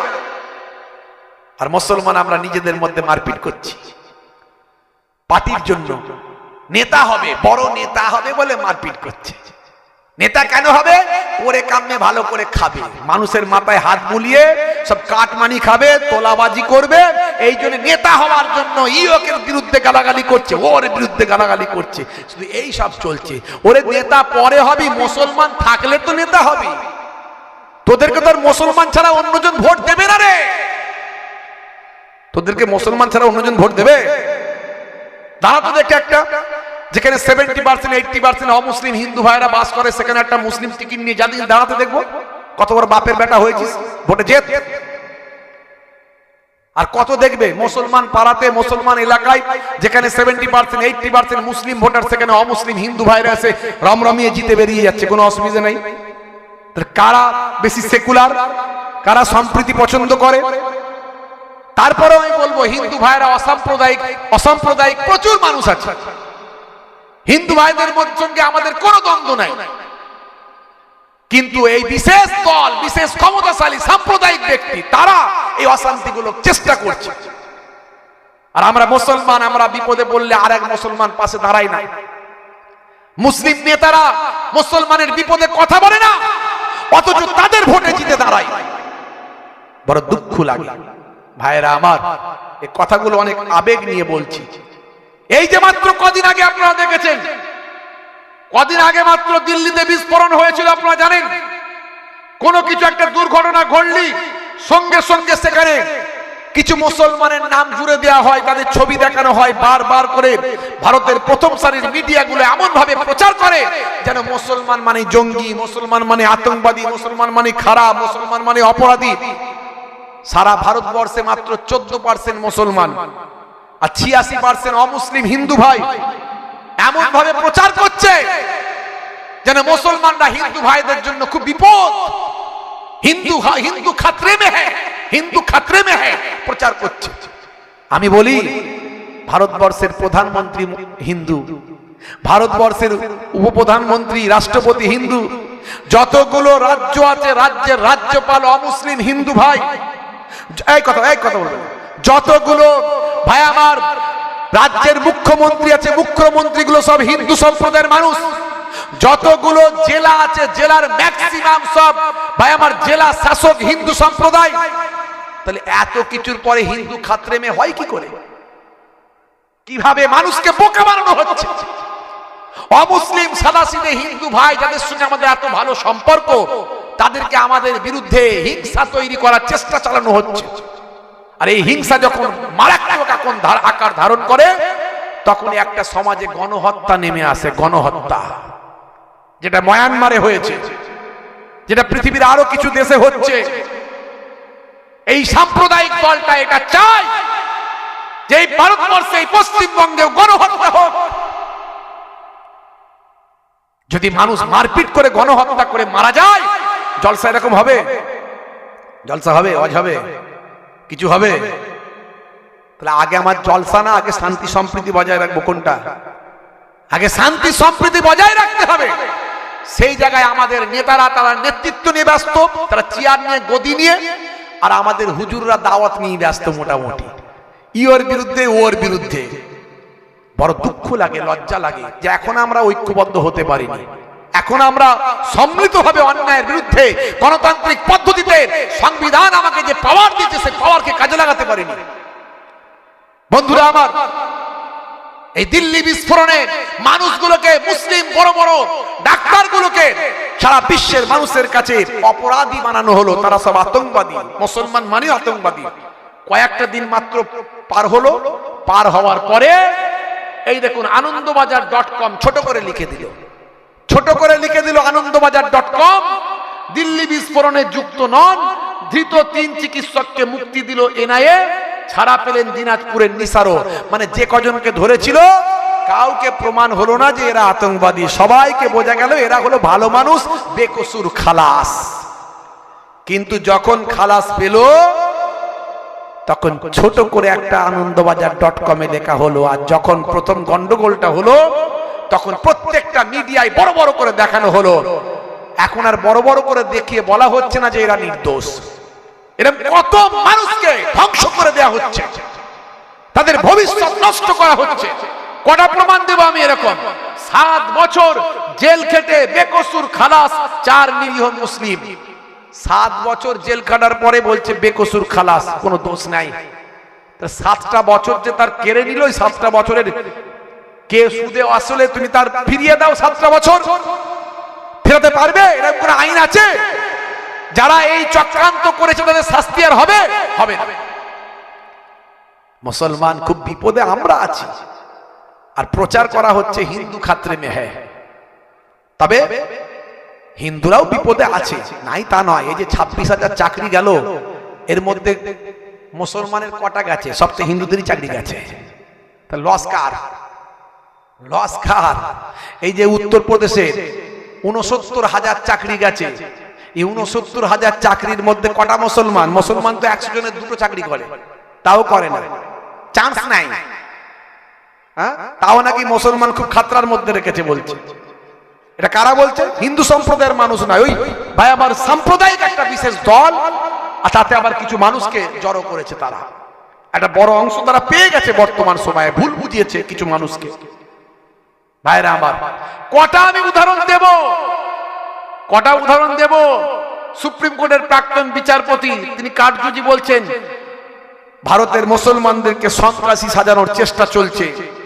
সন্ত্রাসী সন্দেহে 23 বছর জেল খাটার পর বেকসুর খালাস পেয়েছিলেন নিসার আহমেদ। 23টা বছর তাকে জেলের মধ্যে রেখে শেষে বলছে তার বিরুদ্ধে কোন রকম প্রমাণ, অপরাধের প্রমাণ হচ্ছে না। তাহলে এই তো সিচুয়েশন মুসলমান। কটা উদাহরণ আমি আপনাকে দেব। Kerala, 5 Muslim man discharge by NIA court in explosive seizure case after 13 years. এই যে সিজার কেস হলো, 13 বছর পর মুক্তি 5 জন পেল। 13 বছর পর তাদের কোনো কেস, তাদের উপরে মামলা নাই, তাদেরকে ডিসচার্জ করা হলো যে তারা বেকসুর খালাস। তাদের তো এই 13টা বছর নষ্ট হয়ে গেল। 13টা বছরকে ফিরিয়ে দিতে পারবে? তাদের কাজ কারবার, তাদের ব্যবসা বাণিজ্য। আমরা মুসলমান, আমরা সচেতন হতে পারছি না। আমাদেরকে অনেক শিক্ষিত হতে হবে, এডুকেটেড হতে হবে, ঐক্যবদ্ধ হতে হবে। আর কতদিন সিলসিলা, দল, মত, মাযহাব, এটা অমুকের লোক, ওটা তমুকের লোক, এটা ওই হুজুরের ভক্ত, এটা ওই হুজুরের ভক্ত, এটা ফুরফুরা শরীফ, এটা দেওবন্দি, এটা তাবলীগ, এটা আহলে হাদিস, এটা অমুক মৌলানা সাহেবের ভক্ত, এটা মুফতি সাহেবের ভক্ত, এটা ভাইজানের ভক্ত, এটা অমুক হুজুরের ভক্ত। কতদিন আর কতদিন চলবে এগুলো? আর কতদিন চলবে? দুর্গাপুরে যখন ওই দাঁড়ি ধরে গরু বিক্রি করতে নিয়ে যা বুড়ো বুড়ো মানুষগুলোকে মারছিল, আপনারা ভিডিওতে দেখেছেন, তখন তো বলেনি তুমি কোন হুজুরের দলের লোক, বলেছিল মুসলমান দেখেছে আর পিটেছে। আমরা গিয়েছিলাম দুর্গাপুরে অন্যায়ের বিরুদ্ধে প্রতিবাদ করতে। ওয়াকফ নিয়ে আমরা মামলা করেছি সুপ্রিম কোর্টে অনেকের সঙ্গে। লেকচারার্স অ্যাসোসিয়েশন অফ বেঙ্গল আমরা গিয়েছিলাম, বাংলার যে সমস্ত বক্তা, আলেম ওলামা। আমরা চাই হিন্দু মুসলমানের মধ্যে ঐক্য, ভ্রাতৃত্ব, মহাব্বত, সুন্দর সম্পর্ক, দেশের দশের উপকার। এই ভারত ভেঙে টুকরো টুকরো হয়েছে এক সময়, আর যেন ভারত ভেঙে টুকরো টুকরো না হয়, এর জন্য আমাদের সবাইকে গর্জন করতে হবে, অন্যায়ের বিরুদ্ধে রুখে দাঁড়াতে হবে। হে তরুণ যুবকেরা, হে আমার বন্ধুরা, তাহলে আমরা টেনশনে আছি, ভয়ের মধ্যে আছি। হে তরুণ যুবকেরা, হে আমার মুরব্বিয়ানেরা, শুনে রেখে দেন বন্ধুরা, আমার তরুণ যুবকেরা, আজকে দেখলাম, আজকের নিউজটা আপনারা দেখেছেন কিনা জানি না, বাংলাদেশে আমেরিকান সোলজার এসেছে, বাংলাদেশে আমেরিকান আর্মি এসেছে, পুরো চট্টগ্রাম বিভিন্ন হোটেলগুলোতে তারা ভর্তি হয়ে আছে। হে তরুণ যুবকেরা, আপনারা জানেন বাংলাদেশের প্রাক্তন প্রধানমন্ত্রীর নাম হলো শেখ হাসিনা। শেখ হাসিনার ফাঁসির অর্ডার বাংলাদেশের যে ইন্টারন্যাশনাল তাদের যে কোর্ট, ট্রাইব্যুনাল কোর্ট, সেই কোর্টেতে বিচার শুনানি হয়ে গেছে একদিন আগে। হে তরুণ যুবকেরা, যে কোর্টেতে রায় ঘোষণা হয়েছিল আল্লামা দেলওয়ার হোসেন সাইদির রায়, যেখানে ফাঁসির সাজা দেওয়ার ঘোষণা হয়েছিল, সেই একই কোর্টেতে ভাইরা আমার ওই হাসিনা মুজিব কন্যা সেই শেখ হাসিনা ফাঁসির রায় সেখানে ঘোষণা হয়েছে। সারা বাংলাদেশ সেখানে তোলপাড় হচ্ছে ভাইরা আমার, ভারতবর্ষ তোলপাড় হচ্ছে। ভারতবর্ষের প্রধানমন্ত্রীর কাছে, বিদেশ দপ্তরের কাছে, স্বরাষ্ট্র দপ্তরের কাছে বাংলাদেশ থেকে চিঠি এসেছে যাতে করে ফিরিয়ে দেওয়া হয়। হে তরুণ যুবকেরা, বাংলাদেশ ভারতবর্ষ বলেছেন না, আমি এটা ফেরাতে পারি না, কারণ আমাদের চুক্তির মধ্যে আছে কোনো রাজনৈতিক কারণে যদি কেউ পালিয়ে আসে তাকে আমরা ফেরাতে বাধ্য নয়, অন্য কোনো কারণে এলে ফেরাতে বাধ্য, কিন্তু রাজনৈতিক কারণে এলে আমরা ফেরাতে বাধ্য নয়। হে তরুণ যুবকেরা, হে আমার বন্ধুরা, চরম পরিস্থিতি তৈরি হয়েছে, চরম উত্তেজনা তৈরি হয়েছে। আমেরিকা ওদিক থেকে এন্ট্রি করেছে, ওদিকে চীন তো আমাদের আগে থেকেই শত্রু হয়ে আছে। হে তরুণ যুবকেরা, খালি মুসলমান খাতরে মে হ্যাঁ, হিন্দু খাতরে মে হ্যাঁ। ভাই আমার, आँख की पर्दा उतार कर देखो, मेरा देश खतरे में है। যে কোনো সময় অশান্তি চারিদিকে লেগে যেতে পারে। কিছুদিন আগে ভারত পাকিস্তান যুদ্ধ হলো না? অপারেশন সিন্দুর। ভাইরা আমার, কিছু মানুষ তো মনে করে আমাদের মুসলমানদের কোনো দরকারই নাই, কিছু মানুষ মনে করছে বা লিখছে। কিছু মানুষ, সংবিধান আমাদের অধিকার দিয়েছে, এদেশের জন্য সবচেয়ে বেশি লড়াই মুসলমান করেছে। কারগিল যুদ্ধ, কারগিল জয়ের মেন নায়ক, কারগিল জয়ের মেন নায়ক ইতিহাস করে দেখবেন, তিনি হলেন একজন মুসলমান। জেনে বলুন সুবহানাল্লাহ। নেতাজি সুভাষ চন্দ্র বসু যখন জাপান গিয়েছিলেন সাবমেরিন করে, নেতাজি সুভাষ চন্দ্র বসুর সঙ্গে একজন ব্যক্তি নিজের জীবনকে উৎসর্গ করে নেতাজির সঙ্গে সমুদ্রের তলা থেকে, ভাই আমার, সেই হিটলারের কাছ থেকে আপনার কি বলবো সাবমেরিন নিয়ে চলে গিয়েছিলেন জাপান পর্যন্ত। নিজের জীবনকে বাজি রেখে নেতাজির সঙ্গে যিনি গিয়েছিলেন তিনি একজন মুসলমান। লালকেল্লার ওপর থেকে ইংরেজদের পতাকা খুলে যিনি ছুঁড়ে ফেলে দিয়েছিলেন তিনিও একজন মুসলমান। ভারতবর্ষের যে আপনি ভাই আমার যে তিরঙ্গা পতাকা দেখেন, তার ভিতরে যে আপনার ওই যে চক্র দেখতে পান, এই চক্রের ডিজাইন যিনি করেছেন সুরাইয়া তাইয়েবজি, তিনি একজন মুসলমান। ইনকিলাব জিন্দাবাদ যে স্লোগান ইংরেজদের বিরুদ্ধে যিনি দিয়েছেন, তিনি একজন মুসলমান। এই মুসলমানের অবদান অস্বীকার করার কোনো জায়গা নাই, কিন্তু দুর্ভাগ্য আমরা বলতে পারি না। এই যেভাবে আমি বলছি, কজন বলছে বলুন আপনি? এই বলতে গেলে তো পড়তে হবে, জানতে হবে। খালি যদি মোবাইলটা নিয়ে শুধু রাত দিন খালি গুলি চালাচ্ছে, কি করে বলবে, কি করে জানবে? জানবেটা কি করে? আর সব সময় নিজেকে ভাবছে আমি একজন বিরাট বড় শাহরুখ খান হয়ে গেছি, এত বড় নায়ক হয়েছি যে আমার নায়িকা শুধু কাছে নাই। বিরাট বড় নায়ক সবসময় এইদিকে চুলি স্টাইল মারছে, ওইদিকে মারছে, খালি ঘন ঘন বিউটি পার্লার, খালি এইদিকটা চেচে ফাঁকা, ওদিকটা ফাঁকা, ওদিক থেকে চুলটিকে নিয়ে এসে পেছন দিকে ঢাকা, তার উপর আবার কালারিং ফালারিং করে দিয়ে বলছে কাকাতুয়ার মাথায় ছুটি, খ্যাক্সিয়ালি পালায় ছুটি, গরু বাছুর দাঁড়িয়ে আছে, ঘুঘু পাখি ডাকছে গেছে। নাম কি বলছে? ডায়মন্ড। সর্বনাশ। হাতে ধরেছে স্মার্টফোন, কানে লাগিয়েছে হেডফোন, গান শুনছে পাগল মন। ফারিস্তা বলবে শোন, কবরে গেলে বুঝবি তখন। মুসলমানের নাম কেটে বাদ হয়ে যাচ্ছে, ওর কোনো খবর নাই। মাদ্রাসায় বুলডোজার চালাচ্ছে, মসজিদে বুলডোজার চালাচ্ছে, বাচ্চাদেরকে কোরআন শরীফ শোনাচ্ছে, তেলাওয়াত করে পড়াচ্ছে, বাচ্চা ছেলেদেরকে ঘরে বসে ভিডিও দেখাচ্ছে, বলছে ওটা আতঙ্কবাদী হামলা, ওটাই নাকি আতঙ্কবাদী শিক্ষা। তাহলে আমার আর ধর্ম বলে কিছু আছে? তাহলে বাকি যে রাজ্যগুলোতে আছে সেগুলো ধরে রাখতে গেলে আমাদের কি করতে হবে? অন্যায়ের বিরুদ্ধে প্রতিবাদ করতে হবে না? হবে না? গণতান্ত্রিক পদ্ধতিতে করতে হবে, সাংবিধানিক পদ্ধতিতে করতে হবে, হিন্দু মুসলমান খ্রিস্টান জৈন বৌদ্ধ সবাইকে নিয়ে করতে হবে।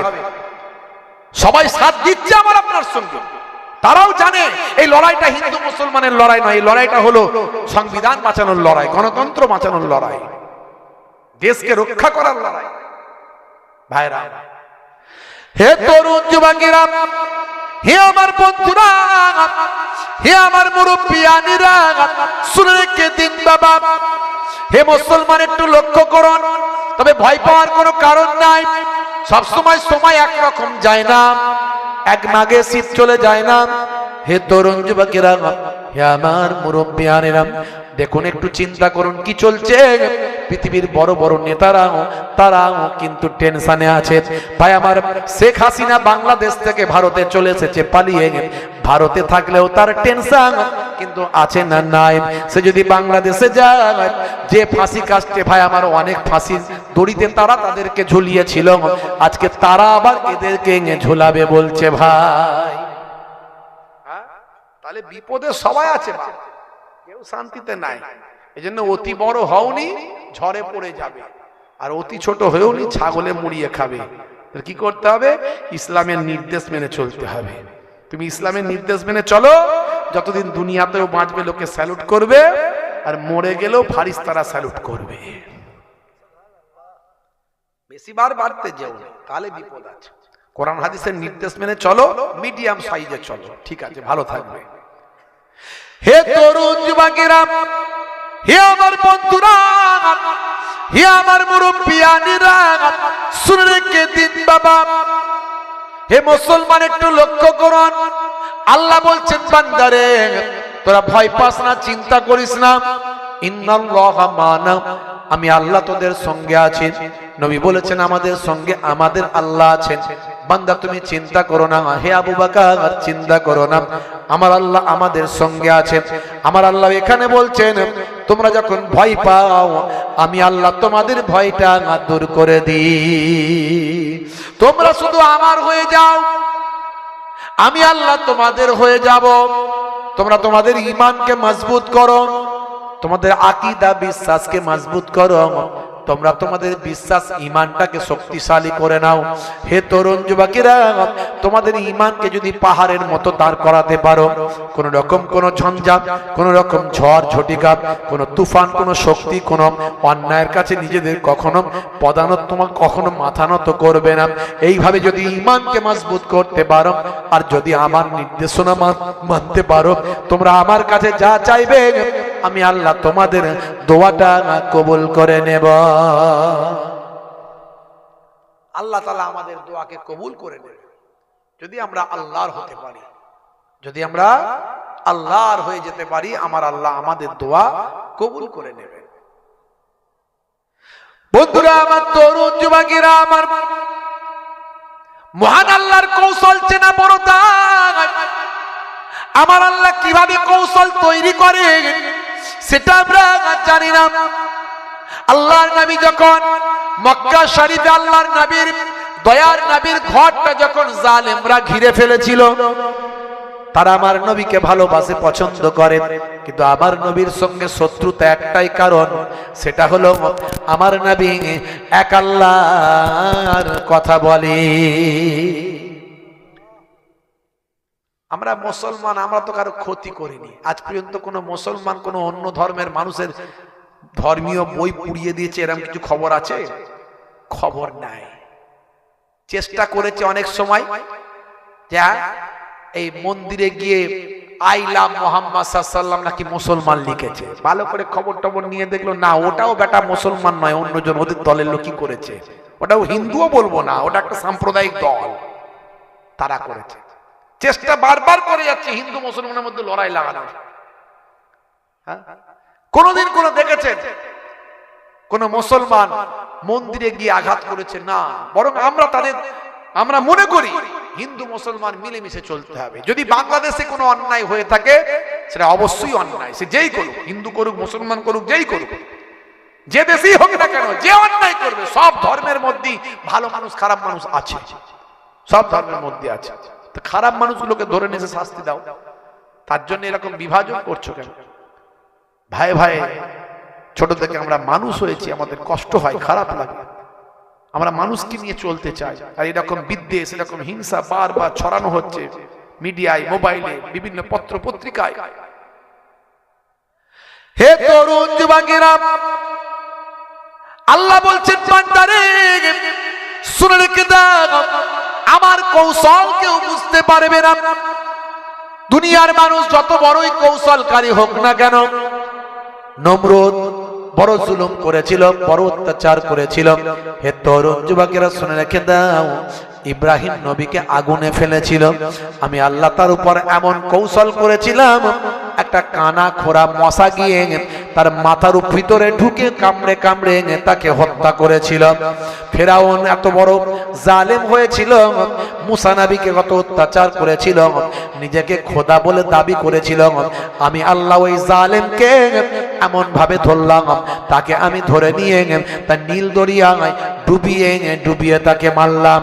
হে তরুণ যুবকেরা শুনে রেখে দাও, আমাদের নবী যখন মক্কা শরীফ থেকে যখন চলে যাবেন, নবীকে সবাই ভালোবাসে, শুধু একটাই কারণে শত্রুতা, নবী আল্লাহর কথা বলেন, নবী মিথ্যা কথা বলেন না, কোনোদিন কারো ক্ষতি করেন না, কোনোদিন কাউকে কষ্ট দেন না, কোনোদিন কারোর উপর অত্যাচার করেন না, কোনোদিন কাউকে আঘাত করেছেন এমনও প্রমাণ নাই। তাহলে শত্রুতা কিসের জন্য? শত্রুতা হলো একটাই কারণে, আল্লাহর নবী এক আল্লাহর কথা বলেন, তবে জোর করতে কাউকে বলেননি যে মানতেই হবে, কারণ ধর্ম মানাটা নিজস্ব একান্ত ইচ্ছার ব্যাপার। জোর করে ধর্ম মানা যায় না। ধর্ম হলো ভালোবাসার জিনিস, ধর্ম হলো আদর মেনে চলার জিনিস, প্রেম করার জিনিস, মন থেকে বিশ্বাস করার জিনিস। জোর করে ধর্ম চাপানো যায় না। লা ইকরাহা ফিদ্দীন, ধর্মে কোনো জবরদস্তি নাই। লাকুম দীনুকুম ওয়ালিয়া দীন, তোমার ধর্ম তোমার কাছে। হে তরুণ যুবকেরা, আমার ধর্ম আমার কাছে, ধর্মে কোনো জবরদস্তি নাই। কিন্তু মানুষ এমন ভাবে ধর্ম নিয়ে চলছে যেন ধর্মই তাকে খাইয়ে রেখেছে। মনে রাখবেন, ধর্ম খাওয়ায় না, ধর্মটা আবেগ ভালোবাসার জিনিস, মেনে চলার জিনিস। খাদ্যটা খাওয়ায়, অন্নটা খাওয়ায়। তাই ধর্ম ধর্ম না করে বেশি অন্য কিভাবে ইনকাম করবে সেটা করো। আর ধার্মিক ব্যক্তিরা ধর্ম মেনে চলো। ধার্মিক ব্যক্তিরা ধর্ম মেনে চললে উপকার আছে। সাধারণ মানুষ খাবারের চিন্তা না করে ধর্মের চিন্তা করছে, তাহলে কি হবে? খেতে পায় না ঠিক মতো, একদম ধর্ম নিয়ে মেতে উঠেছে, একদম সব মারপিট করতে হবে। বুঝতে পারছি কি অবস্থা? চি চি চি। হে তরুণ যুবকেরা, আল্লাহর নবীর বাড়িটাকে জালিমরা যখন ঘিরে ফেলেছিল, শত্রুতা বেড়ে গিয়েছিল, নবীকে মেরে ফেলতে হবে। নবী এই ধর্মের কথা প্রচার করে, সেই ধর্মের কথা প্রচার বন্ধ করতে হবে। আল্লাহর নবীর বাড়িটাকে যখন ঘিরে ফেলেছিল, আহারে নবী আমার তখনও কি আখলাক, কি চরিত্র নবী আমার দেখিয়েছেন। হে তরুণ যুবকেরা, হে আমার মুরব্বিয়ানেরা, আরবের মানুষ দয়ার নবীকে বড় ভালোবাসত, বড় প্রেম করত, মহাব্বত করত।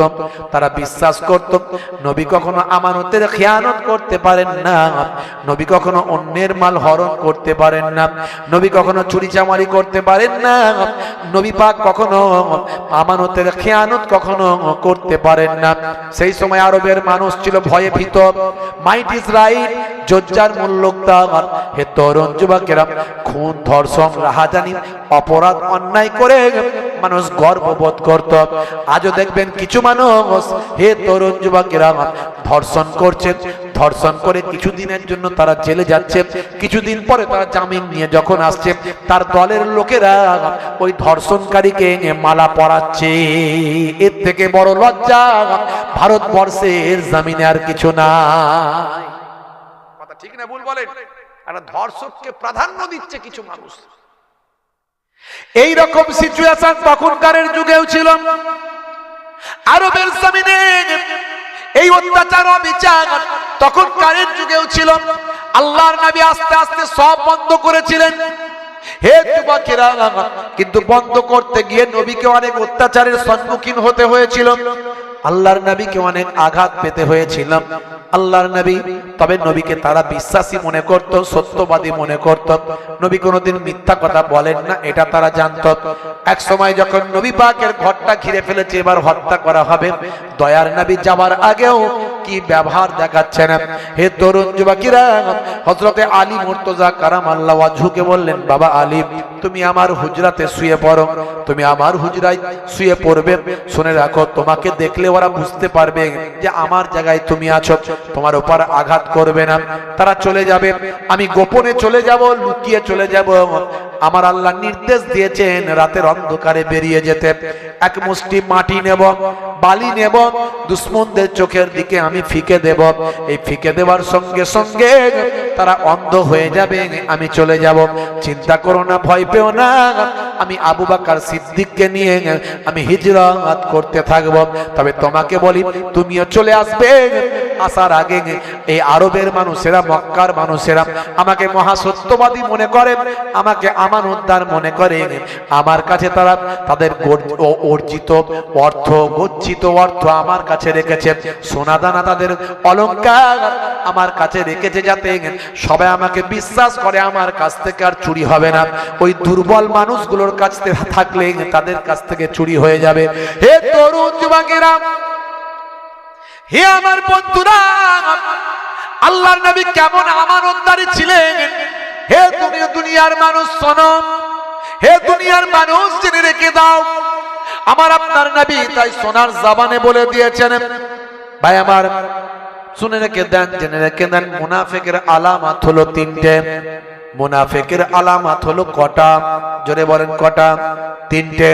ইজা হাদাসা কাযাবা, যখন কথা বলবে মিথ্যা কথা বলবে। ওয়া ইজা ওয়াদা আখলাফা, এবং ওয়াদা করলে তার খেলাফ করবে। ওয়া ইজা উতুমিনা খানা, এবং আমানতের খেয়ানত করবে।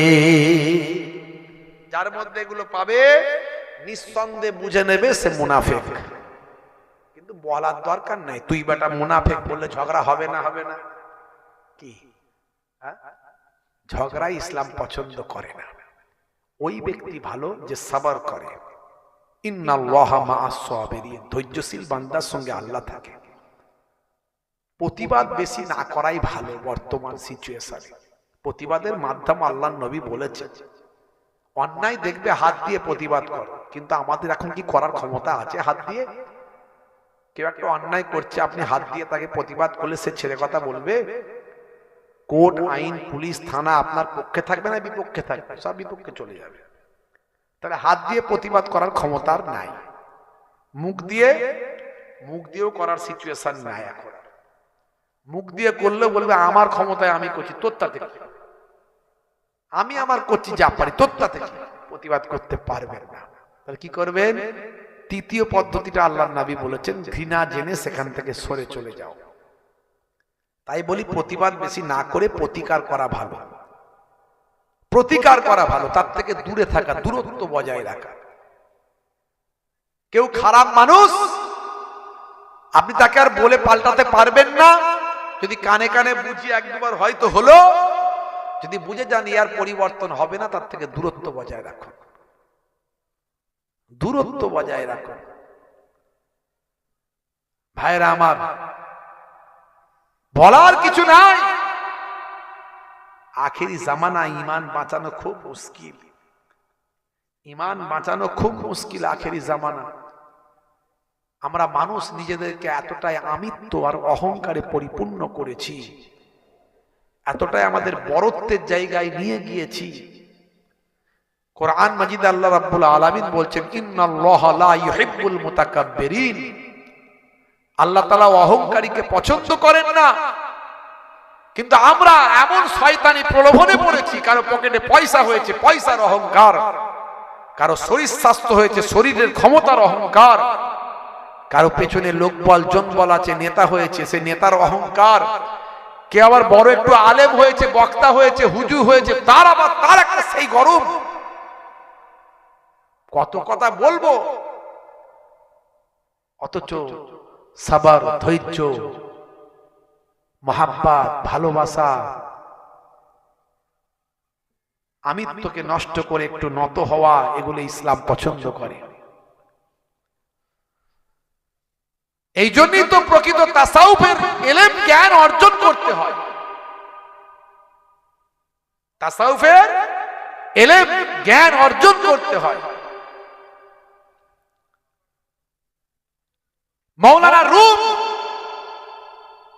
জগৎ বিখ্যাত আলেম, মাওলানা রুম জগৎ বিখ্যাত আলেম।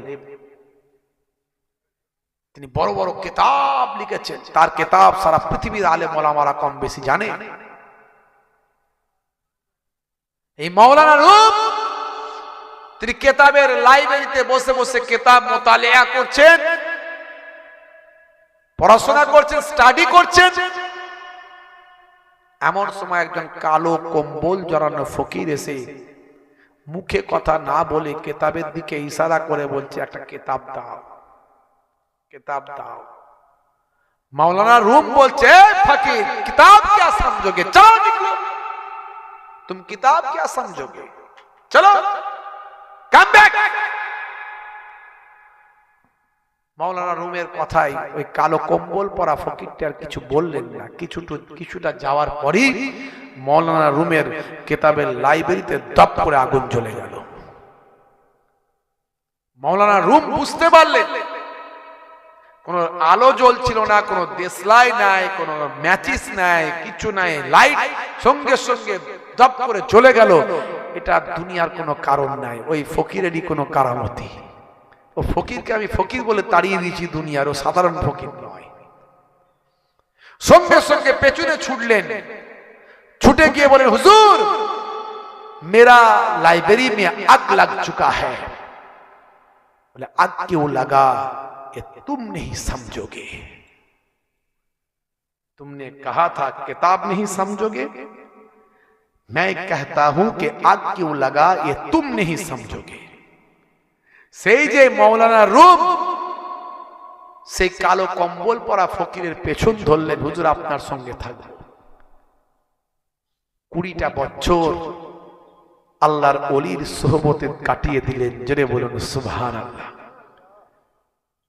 জ্ঞান অর্জন করলেন, ইলমে তাসাউফের ইলম অর্জন করলেন। পরবর্তীকালে তিনি বললেন, মাওলানা রুম হতে পারতো না যদি শামসে তাবরেজের গোলামি না করত। এই জন্য আল্লাহর ওলিদের সোহবতে যেতে হয়। আমার মনের ট্রিটমেন্টটাকে করবে। শরীরের ট্রিটমেন্টের জন্য ডাক্তারখানা যায়, কিন্তু হৃদয়ের ট্রিটমেন্টের জন্য কার কাছে যাব? মনের ট্রিটমেন্টের চিকিৎসা কে করবে? এই জন্য পীর মুরিদি সিস্টেম। এখন তো ভণ্ড পীর বেড়ে গেছে, পীরের কথা শুনলে নাক ছিটকাই লোকে।